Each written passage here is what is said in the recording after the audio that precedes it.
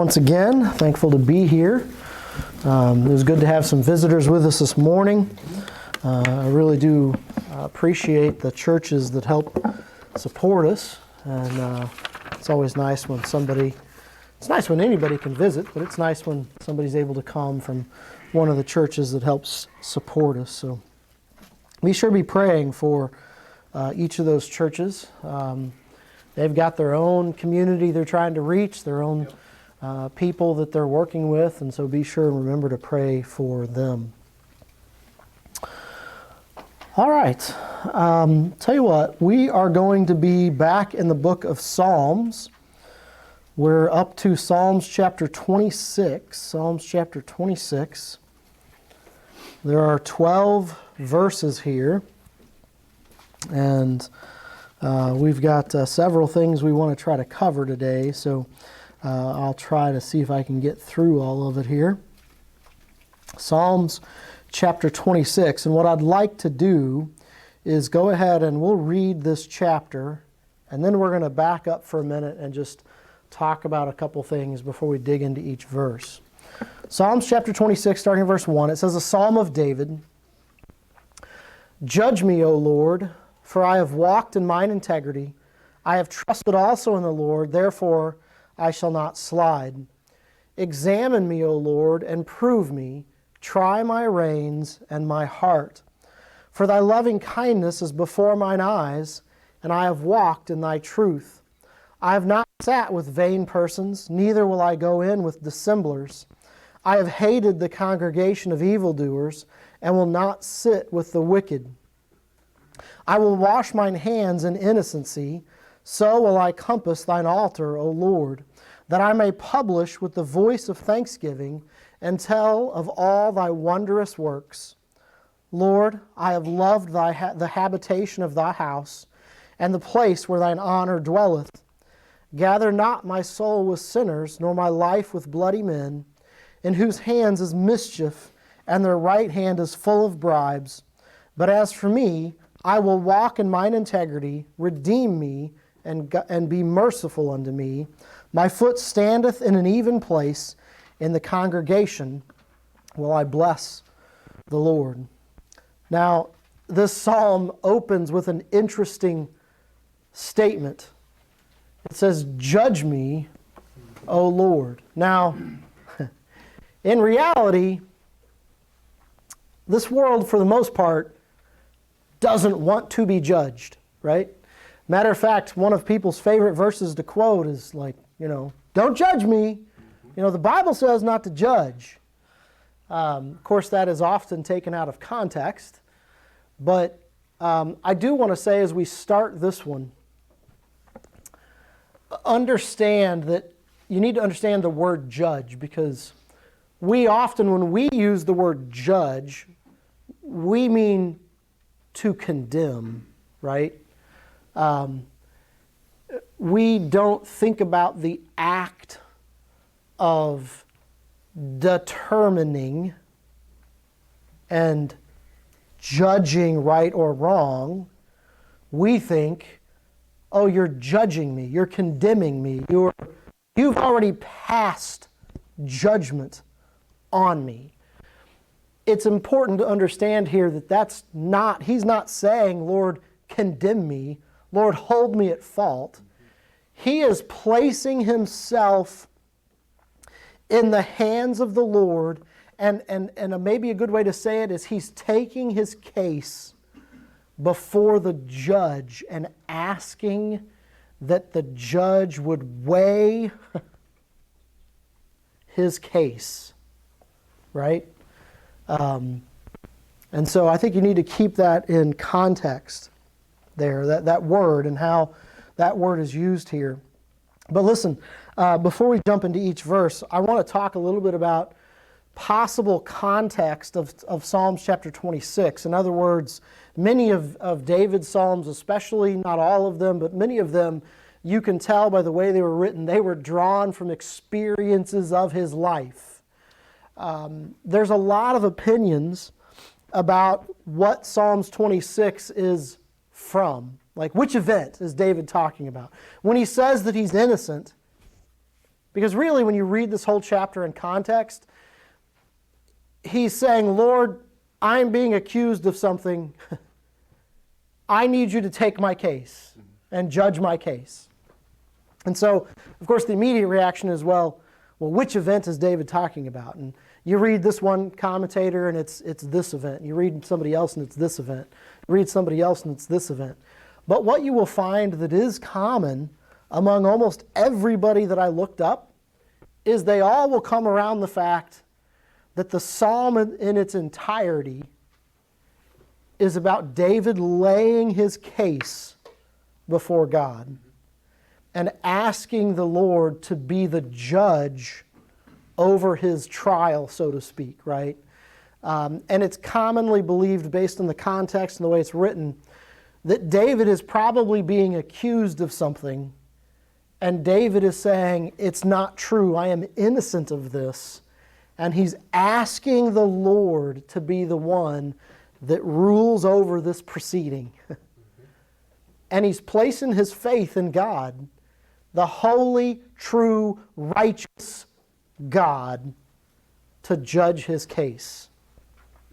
Now, I think that's pretty common as you read that.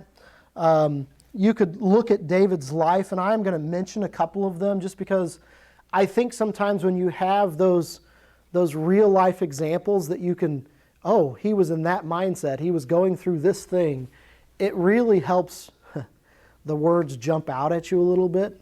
I don't know what event David's talking about here, and honestly, it wouldn't even have had to have been a specific event in his life. It probably is.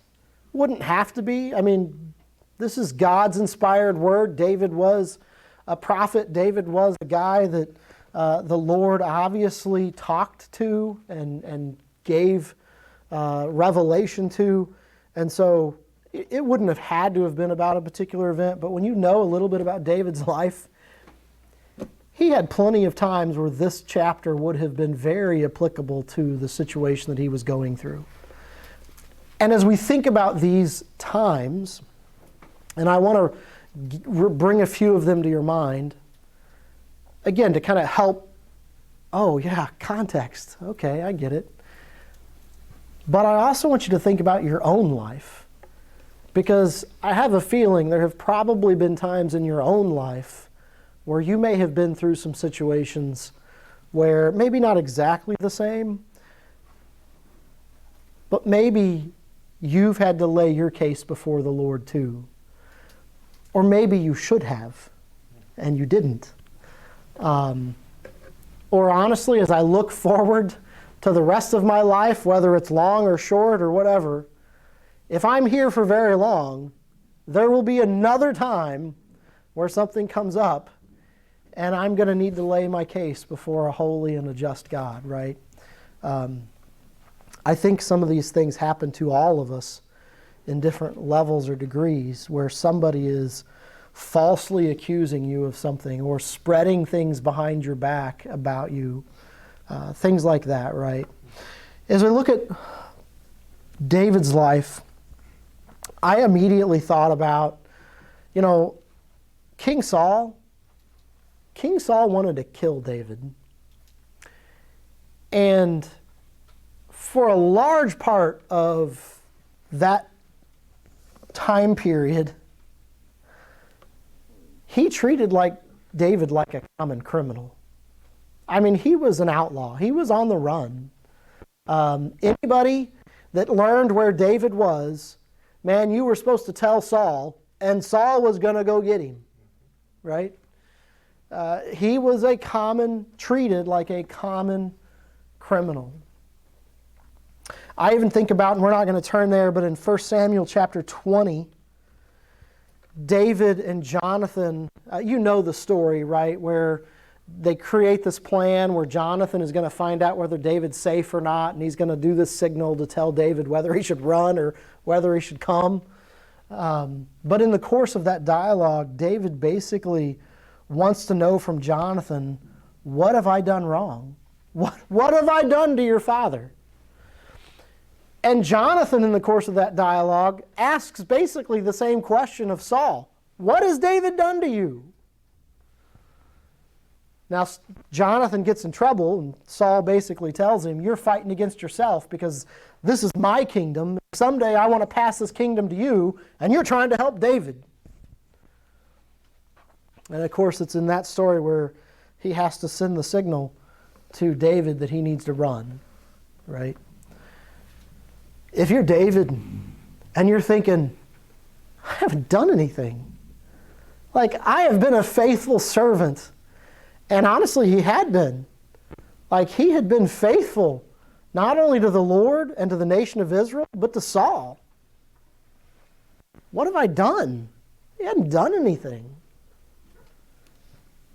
He was innocent, but he wasn't being treated like he was innocent. I think that's a time in David's life where you could talk about how he is being accused of things and treated as somebody that has done something wrong. Another time that comes to mind is when he was running from Absalom, and Absalom had came into the kingdom, and Shimei is up on the ridge, and he's yelling and cursing and making accusations, honestly, against David. He's actually blaming David at one part. He blames David for the shedding of blood in Saul's household. And David's, the faithful ones that were with David wanted to go kill him. And David even stopped him. At one point, David even said that, let him curse, and maybe the Lord will look on mine affliction because of his cursing. It's another time where David, although, listen, some of the things that were happening around David's fleeing from Absalom, they actually were because of sin and condemnation and repercussions of what David had done. But some of the things he was accused of were not true. Again, a good time, a good instance where David is probably being accused of some things that are not true. And like I said, in that place, and you're not going to turn, we don't have to turn there, but it's in 2 Samuel chapter 16, verses 5 through 14, if you want that reference. Even David says, maybe when he hears these accusations, the Lord will hear and the Lord will bless me and my afflictions because of this man. There's also an example, and we're going to read bits and pieces of a couple different chapters here.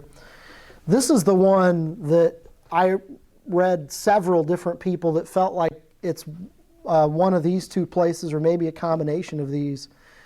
In 2 Samuel chapter 3, there's a lot of stuff that's going on here. Verse 1 of 2 Samuel chapter 3 starts with this. Now there was long war between the house of Saul and the house of David, but David waxed stronger and stronger, and the house of Saul waxed weaker and weaker. Now, you have to understand that Saul, at this point, Saul and Jonathan both have already died, and we don't often think about this, but Saul's son actually did become king for 2 years. And there's a guy by the name of Abner who kind of stepped in after Saul's death and took the son of Saul and set him up to rule over Israel. Now David became king. He moved to a place called Hebron and became king of Judah. Not king of all of Israel, at least in the eyes of a lot of the people, but Ishbosheth became king of Israel. You can see that in verse 8, I think it is, of 2 Samuel chapter 2, verse 8. But Abner, the son of Ner, captain of Saul's host, took Ishbosheth, the son of Saul, and brought him over to Mahaniah and made him king over Gilead and over the Asherites and over Jezreel and over Ephraim and over Benjamin and over all Israel. And Ishbosheth, Saul's son, was 40 years old when he began to reign over Israel. and he reigned 2 years. But the house of Judah followed David. And the time that David was king in Hebron over the house of Judah was 7 years and 6 months. And then you see here, we're not going to read all this, but starting in verse 12, there's this great battle that occurs, okay? And you've probably heard of a guy by the name of Joab. He was a general for David, and after David becomes king, he's kind of like the primary general of the army. And Joab is a guy that you kind of like, you love and hate him at the same time. Like, because he does some really good stuff, and he does some really horrible stuff. And it's just like, you know, I don't know, you just love to hate him, I guess. But he had a couple brothers, and one of them chases after this battle with Abner, and Abner's army is starting to lose, and one of Joab's brothers chases after Abner, and Abner ends up killing him. Now Joab, if you know anything about Joab is not a guy that would take something like that sitting down. And Joab proves over and over again, if you wrong Joab or you wrong somebody that he is supporting, you will pay. Right? That's just kind of the guy he is. And so a lot of this goes on here in chapter 2. And even in that story, Abner, as he's being chased by Joab's brother, he even recognizes him and basically tells him to back off, because how can I ever face Joab if I kill you? And he won't leave him alone. He kills him, and guess what? Yeah, now he's got an enemy. But all this stuff goes on. And there's this war between Saul's family, who's being backed by Abner and David. And chapter 3 kind of starts to go into some of the stuff that happens. And we aren't given a whole lot of detail here in Samuel. It says in verse 6, but it came to pass while there was war between the house of Saul and the house of David that Abner made himself strong for the house of Saul. And Saul had a concubine whose name was Rizpah, the daughter of Aiah. And Ishpah said to Abner, wherefore hast thou gone in to my father's concubine? Then was Abner very wroth for the words of Ishbosheth. And he said, am I a dog's head, which against Judah to do show kindness this day unto the house of Saul thy father, to his brethren, and to his friends, and have not delivered thee unto the hand of David, that thou chargest me today with a fault concerning this woman? So do God to Abner and more also, except as the Lord has sworn to David, even so do I to him. Now, there's this, he's backing this king. This king makes an accusation. This guy gets offended, and what's going to come from it is this guy is actually going to turn and go to David's side. And he goes and proposes to David that they join forces. And really, Abner moving away from this guy, that's going to swing everything even more so into the favor of David. David's already waxing stronger and stronger, and this is a big deal. And you kind of see here, we're not going to read all this, but Abner and David meet, they make these plans, and then Abner, he sends Abner away. And then in verse 23 of 2 Samuel chapter 3, it says, when Joab and all the host that was with him were come, they told Joab, saying, Abner the son of Ner came to the king and is sent away, and he is gone in peace. Then Joab came to the king and said, what hast thou done? Behold, Abner came unto thee. Why is it that thou hast sent him away, and he is quite gone? Thou knowest Abner the son of Ner, that he came to deceive thee, and to know thy going out and thy coming in, and to know all that thou doest. So when Joab was come out from David, he sent messengers after Abner, which brought him again from the well of Sirah, and David knew it not. And when Abner was returned to Hebron, Joab took him aside in the gate to speak with him quietly, and smote him there under the 5th rib, that he died for the blood of Ahaziel his brother. And afterward, when David heard it, he said, I and my kingdom are guiltless before the Lord, forever from the blood of Abner the son of Ner. Let it rest on the head of Joab and on all his father's house, and let there not fail from the house of Joab one that hath an issue, or that is a leper, or that leaneth on a staff, or that falleth on the sword, or that lacketh bread. So Joab and Abishai his brother slew Abner because he had slain their brother Asahel at Gibeon in the battle. Now what happens here, David is starting to make this partnership here. Joab comes along and kills him. And you got to remember, Abner's got a big following of people. This is a big deal that Abner is coming over to David's side. And David had no intention of Joab killing him. And when he kills him,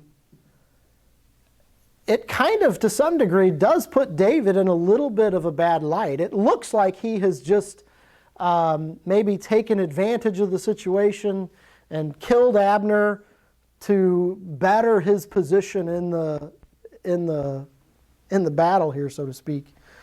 But David basically makes it really clear, like, I and my kingdom are guiltless before the Lord. This is not me. I didn't do this. And in verse 31, he goes about trying to show that he did not support this. And it says in verse 31, and David said to Joab and to all the people that were with him, rend your clothes and gird you a sackcloth and mourn before Abner.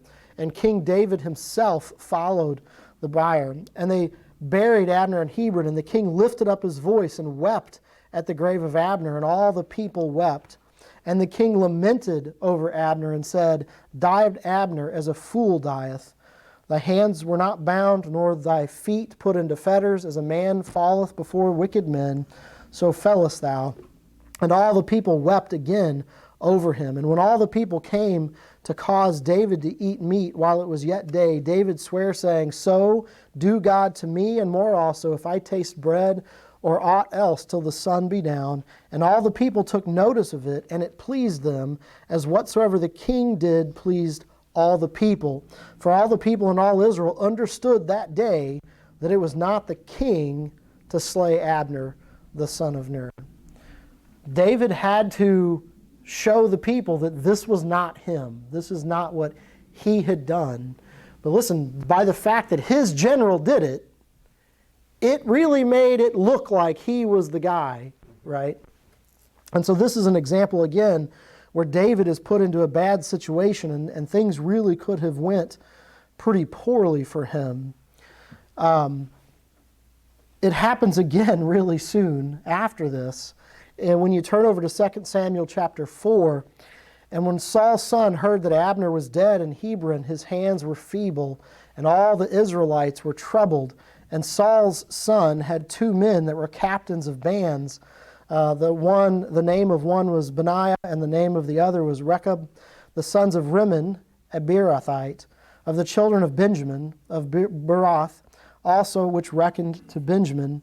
And the Beerothites fled to Gidom, and were sojourners there until this day.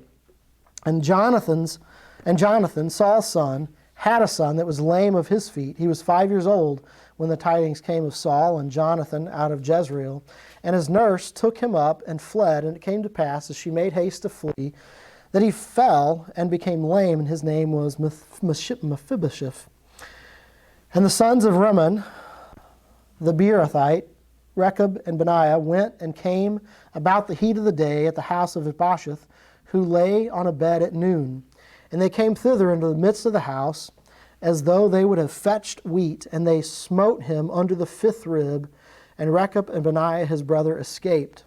For when they had come into the house, he lay on his bed, in his bedchamber, and they smote him, and slew him, and beheaded him, and took his head, and gat them away through the plain all night.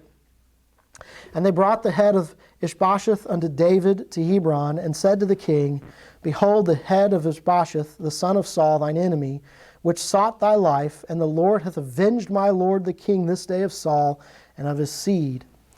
And David answered Rechab and Benaiah, his brother, the sons of Rimmon the Beerothite, and he said unto them, as the Lord liveth, who hath redeemed my soul out of all adversity, when one told me, saying, behold, Saul is dead, thinking to have brought good tidings, I took hold of him and slew him in Ziklag.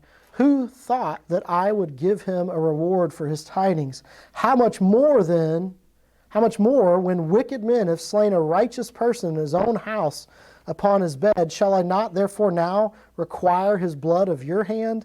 and take you away from the earth. And David commanded his young men, and they slew them, and cut off their hands and their feet, and hanged them over the pool in Hebron. But they took the head of Ishbosheth and buried it in the sepulchre of Abner in Hebron. You see here, not long after the first one, David is faced with another situation. Ishbosheth, it's an interesting dynamic here, right? Because it's kind of David's enemy, right? There's this battle between who's going to be king, and Abner's switching sides. Abner's killed. David has to go and show that he didn't condone this, he didn't want this. And now that other king is murdered by two of his own people who think that they're going to take this head and come back and show David, and they're going to be rewarded greatly for what they've done. And David basically tells them, like, it's almost like if you had only known what happened to the last guy that came and tried to do that. When Saul died, there's a guy that came and claimed he knew Saul was dead because Saul asked him to kill him, and he killed him. And he's bringing these good tidings because he thinks David's going to be happy about this. But David's like, Saul was the anointed of God. And he had him killed. And then he has to look at these two guys and say, if I did that to that guy, you two sneaks sneak into a guy's house in his own bed, and he actually calls him a righteous man. I don't know much about him other than that, but he kills him. They kill him. He says, what do you think I'm going to do to you? These are both situations where, because of the acts of others, David's integrity and David's motives are called into question.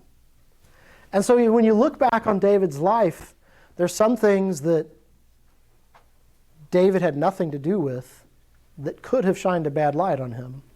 There's some things where David was an active participant, and it was misconstrued, it was twisted. There's just different situations in David's life where you could look back and go, yeah, he's being accused of stuff that he really didn't do or he's not at fault for. Now, keeping those things in mind, read these opening statements. Judge me, O Lord, for I have walked in mine integrity. I have trusted also in the Lord, therefore shall I not slide. Examine me, O Lord, and prove me. Try my reins and my heart. This is David's plea before the court of the Lord. He's asking the Lord to judge him, and that again is not to condemn, but that is to preside over his trial, so to speak. He's laying his case before the Lord. In our terms, and this is a weak representation, but it would be like trying to get your case before the Supreme Court, right? I want to be judged by the Supreme Court. It's the highest court in the land. You want your case heard there because if they side with you, no other higher court, right? He is taking this to the Lord and saying, Lord, I want you to be the judge over this thing. He goes on, he talks about how that he's walked in innocency in the matter that is being brought before the court.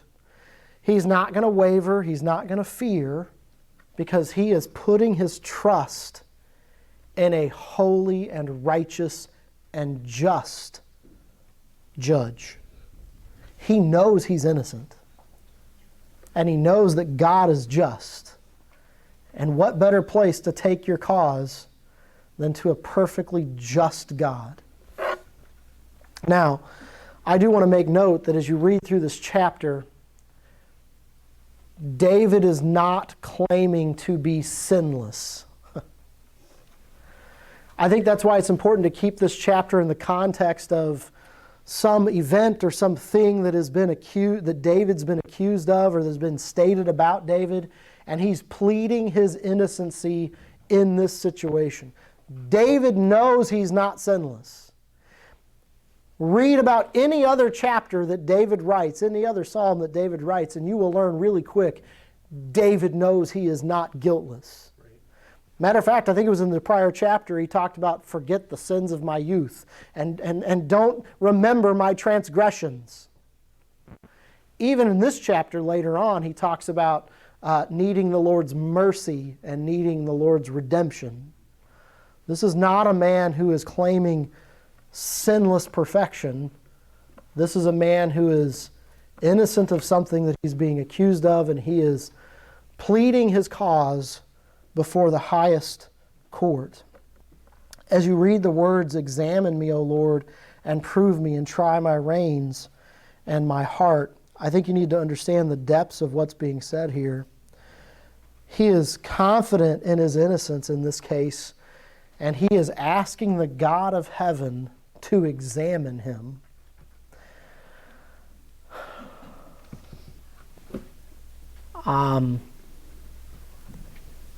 Listen, can you imagine going before the Supreme Court and telling them, like, hey, assume you're guilty. Going before the Supreme Court and saying, I am innocent. Look at anything you want to look at. Take all of the evidence, take it all, examine it in great detail, and then judge righteously. If you're guilty, that's probably the last thing you want them to do. But David here is saying, I'm not only bringing my case before you, I'm trusting in your righteous judgment. And I want to be examined by you. I want you to examine me. And when he talks about being proven and prove me, that word prove there is the word for test. Test me. The words that I say, the actions I've done, test them. Lord, I'm bringing my case before you. Examine me. Test me. But he doesn't stop there. He says, try my reins and my heart. Now the word try here is not like... We use the word try in regards to I'm going to attempt to do something. I might make it, I might not, right? I'm going to try to catch the ball when Josiah throws it to me, right? I'm going to try to do that. It's not what this word means. This word means to refine. It's the same word that's used when they talk about refining silver or gold. You take something that's silver and gold. Hey, the best way to know that it's pure is to actually melt it down. And that is when you'll find impurities. He's saying, Lord, I come to you, I bring my case, I'm pleading innocent in this, I'm trusting your righteous judgment, I want you to examine me, I want you to test me, and I want you to melt me down and check my heart for impurities. I want you to refine me. In verse 3, he says, for thy loving kindness is before mine eyes, and I have walked in thy truth. Lord, I am trying to follow you, and I'm trying to do what I need to do and live the way I need to live and do the things I need to do, and I am not guilty of these things that are being laid to my charge. And I know you're just, and I want you to be the examiner. I want you to be the tester. I want you to be the one that is trying me. And then what David starts to do is really David starts to lay out his defense. And he announces that his eyes and his focus is on the kindness of the Lord, and that he is focused on walking in the truths of God. And then he continues his defense in verse 4. I have not sat with vain persons, neither will I go in with dissemblers. Now, there's a couple of these words here that we don't really use too much. The word vain here, if you look up this Hebrew word, it's the idea of desolation and evil, evil as in destructive. The word vain, you have to be careful. Sometimes it uses the word vain, and the word behind it may be different sometimes. In this case, it's very much pointing toward destructive, desolation, or evil. And he says, I have not sat with evil, destructive people, neither will I go in with dissemblers. There's the dissemblers brings with this idea of concealment, a veil. Think of it as hidden motives, veiled secrecy around what you're really trying to accomplish. If you look up the word dissemblers in Webster's dictionary, it defines it as a hypocrite, one who conceals his opinions or disposition under a false appearance.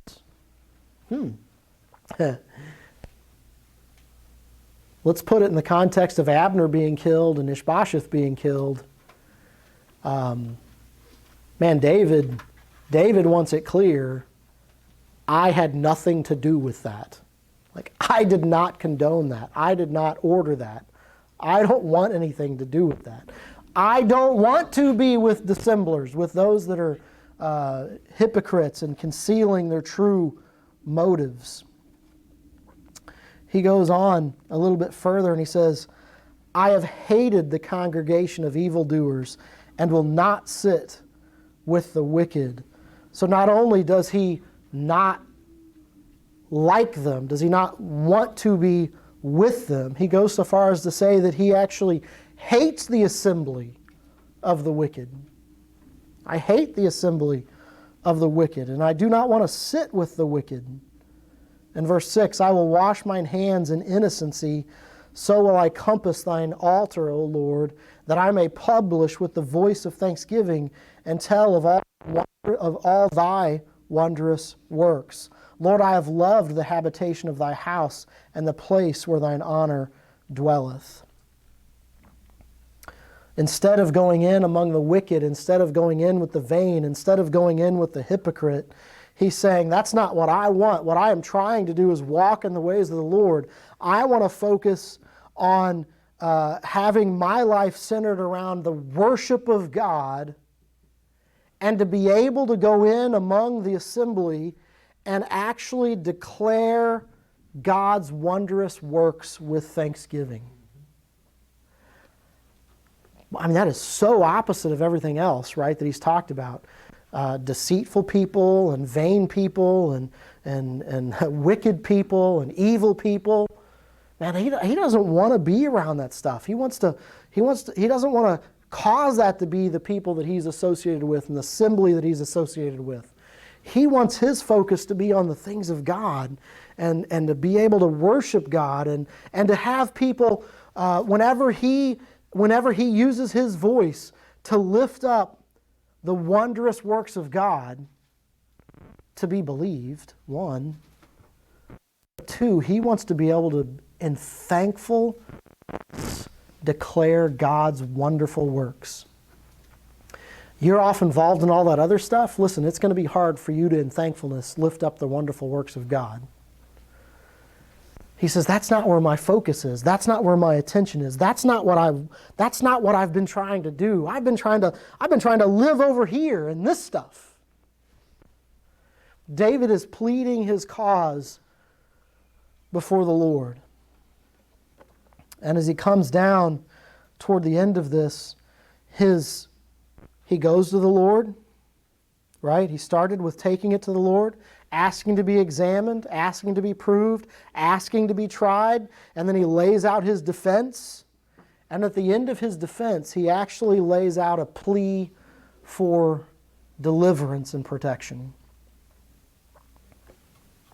He says in verse 9, gather not my soul with sinners, nor my life with bloody men, in whose hands is mischief, and their right hand is full of bribes.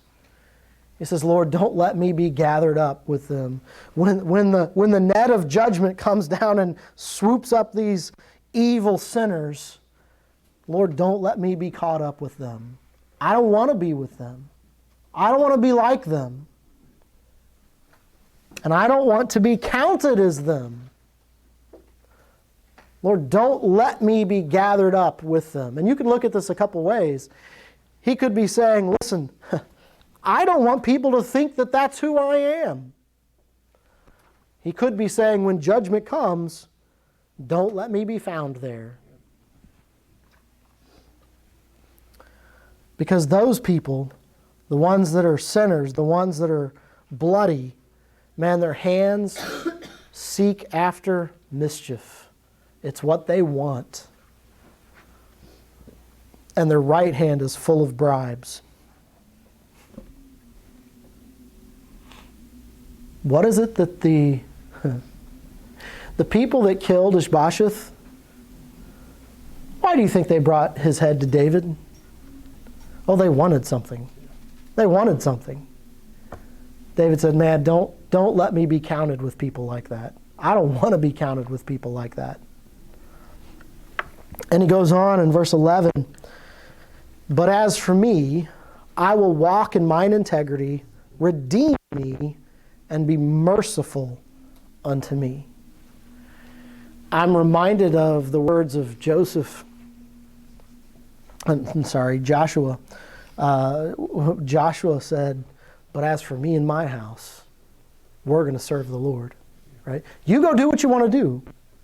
You go serve other gods. You go do all those other things. But today, me and my family are making a stand. And we are going to try to serve God. David is doing the same thing. He said, don't let me be caught up with those people. Don't let me be counted with the bloody and the sinful men. I know what they're after. I know the things that they do. And here and today, I am dedicating myself that what I want to do is that I want to seek after you, that I want to follow you. I want to walk in integrity. He ends that statement with a plea for this holy, righteous judge to redeem him.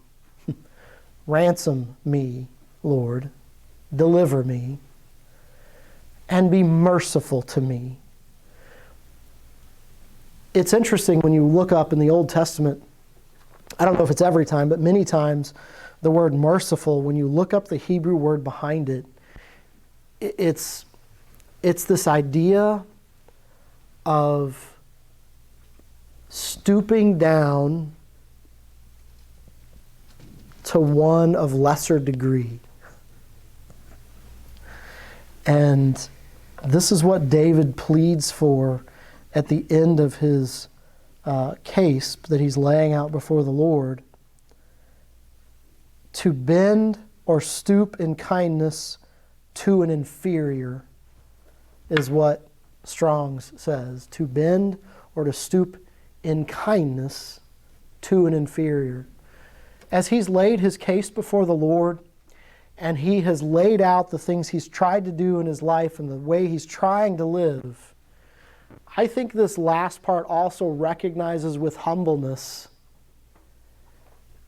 he is not everything he should be. And he is recognizing that God is truly the one, even to do the prayers that he's asked, would be to stoop down in kindness to an inferior.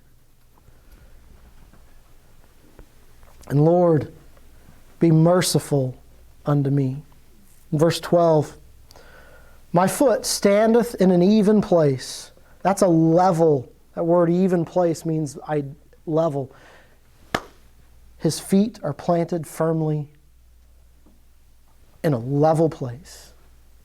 He's not got one foot over here in this sin and one foot over here trying to live righteously.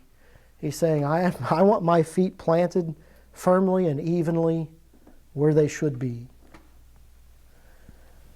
In the congregations will I bless thee, Lord. He is still, in reality, declaring his intentions here, right? That he started a couple verses ago. I will walk in mine integrity. I want my feet planted in a level place, and I want to be in the congregation of the Lord, blessing him. That's his intent. That's his intent. And in the middle of declaring his intent, he asks for mercy. Lord, stoop down and be kind to me, the inferior one here. So as you think about this, I don't know what kind of slander, I don't know what kind of accusations, I don't know what kind of things may have been leveled at you. You may be facing accusations that are unfair and unjust. The encouragement and the advice I would give you is to do what David did and take your case to the Lord. Go to him for justice. Go to him to plead your case. Go to him that he might reveal the truth. That he might reveal the truth. And when you do, trust him with it. We sometimes are really good about taking things to the Lord, but not really trusting him with it, right? We take it to him, but we don't really trust him with it. Lord, these accusations are false. This isn't real. Lord, I need you to plead my case. But do we really trust him with what we just gave him? David said, I have trusted also in the Lord, and therefore shall I not slide. Trust him with your case.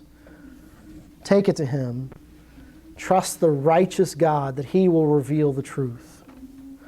Now, I'm going to end with a couple notes here. It is important from a practical perspective. It is important that your friends and your reputation help your cause. I've told my kids sometimes, and maybe they remember it, maybe they don't. When you're not honest, there will come a time when you are trying to convince people that you didn't do something and you really didn't do it. But if you have a reputation of stretching the truth, guess what? It's going to be really hard for people to believe you.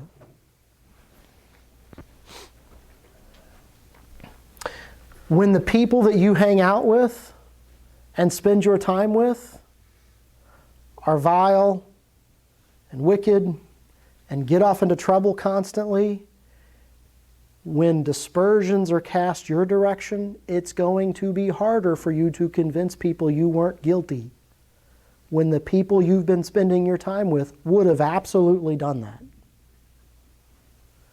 David, when he pleads his cause, he's saying, listen, I'm not spending my time with those hypocrites and with those people. That's not what I want to be associated with. Your reputation and the people that you spend your time with are important. And listen, before God, God knows your guilt or your innocence. But from a practical perspective, in this world and the things that you may have leveled at you,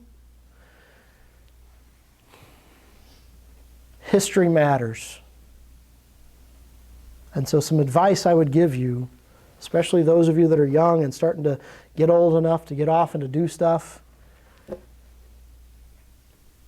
where you spend your time, who you spend your time with, and what you do, and those around you, what they do, it matters. You hang out with troublemakers, somebody accuses you of being a troublemaker, it's really hard to defend yourself. I would actually say that you need to look at David's life in the latter part of his life. Early in David's life, many of these things in Psalms chapter 26 would have been a good defense for David. David hit a stage in his life where he did some really stupid things. It damaged his ability to defend himself in events that happened after that. So it matters. So be careful. Guard yourself well. If you're here today and you've got people or things that are being said about you or things like that that are untrue, my advice to you, throw yourself on the most supreme court in the world. That's the court of God. You say, well, how's that going to help me? Listen, God can move in mighty ways. You plead your cause before Him. You lay it at His feet. You trust Him with it. You leave it with Him. He is a better defense and a better judge than you could ever hope for.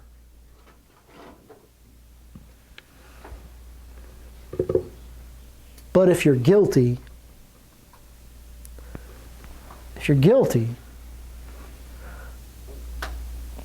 go to Him for forgiveness. Go to Him for forgiveness. Because He is also a judge of great mercy. He's a judge of great mercy. And He often, when you look in the Scripture, what you see is that those that humble themselves and repent and come to Him for forgiveness, He forgives. He's an amazing judge. He's an amazing judge. Place yourself in His hands. No better place you can be. All right, Brother